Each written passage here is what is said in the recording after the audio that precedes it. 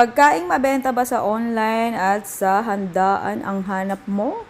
Kung oo, ito ang sagot. Sigurado dudumugin ka. Ito yung mga pagkain na mabenta sa almusal, merienda, ultimo nga hapon eh. Sarap din ihanda nito at saka ibaon. Oo. So, ayan, maglagay na tayo ng mantika. Oo. Kalat mo lang, syempre. At maggisa tayo ng sandamakmak na carrots at saka bawang at sibuyas. Hindi mo na gano'ng mapapansin yung bawang sibuyas kasi halo na eh. Hindi na namin yan hiniwa ng mano-mano kasi nakakangalay. For the first time, gumamit kami ng meat grinder dyan. Oo, para ayan. Mabilisan. Gisa-gisa mo lang. Huwag ka lang gumamit ng sobrang damakmak na mantika. Tama lang, lalo na kung non-stick naman ang gagamitin mo. Maluluto din yan. After natin igasa yung ayan, bawang sibuyas at ating carrots, ayan, maggisa na rin tayo ng giniling. Bali lang kilong giniling to? 1 kilo. O, 1 kilo pala tong giniling. Dami, kaya pala, overload yung laman ng sauce natin. Okay, ganyan lang siya. Medyo binawasan ko ng konti ito eh.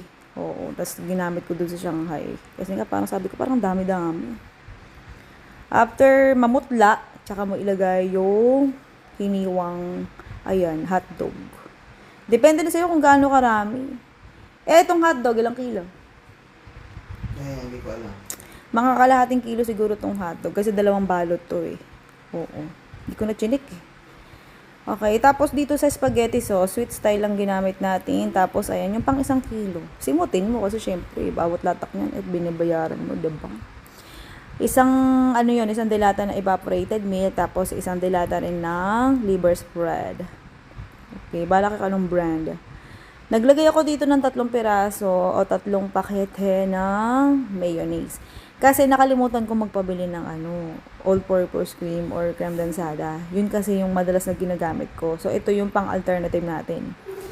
Try nyo minsan tikman yung mayonnaise at saka yung all-purpose cream. May pagkakahabig sila. Yun nga lang mas malasa yung mayonnaise.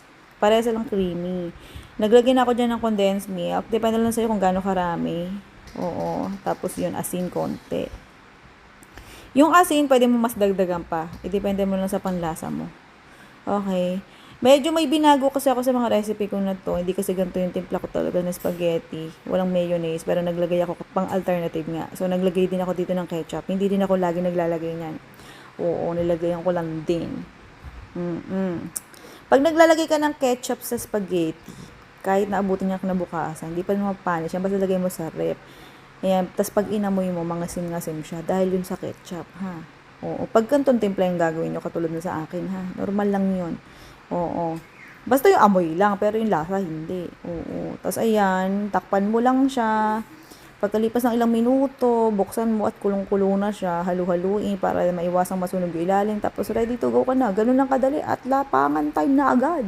Pwede mo siya ibenta, pwede mong ihanda, pwede mong lapangin. Depende sa'yo. Sige na, good luck. Love you.